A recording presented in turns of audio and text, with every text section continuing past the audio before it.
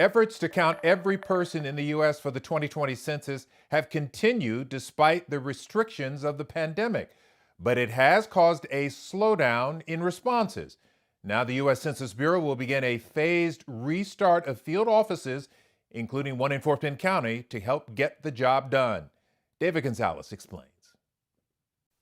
The U.S. Census Bureau says things were rolling before the start of the pandemic. We were still in the process of delivering invitations to many of the households in the rural areas, and we had to stop, just like everyone else had to stop. Luckily, a majority of people have answered the questionnaire online. According to the Census Bureau, just over 60% of households have responded to the 2020 census. If we take a closer look at Texas, it falls below that average as almost 55% of households have taken the time to answer the questionnaire.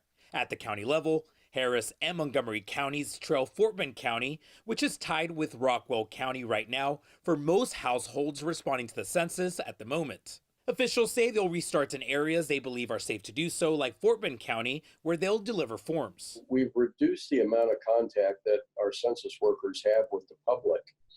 For this phase where we're leaving questionnaires, they don't have to talk to a resident. They don't have to have any contact at all. In Houston, just over half of residents have answered the census so far. Census takers will visit households that have not responded starting August 11th. In Houston, I'm David Gonzalez, KHOU 11 News.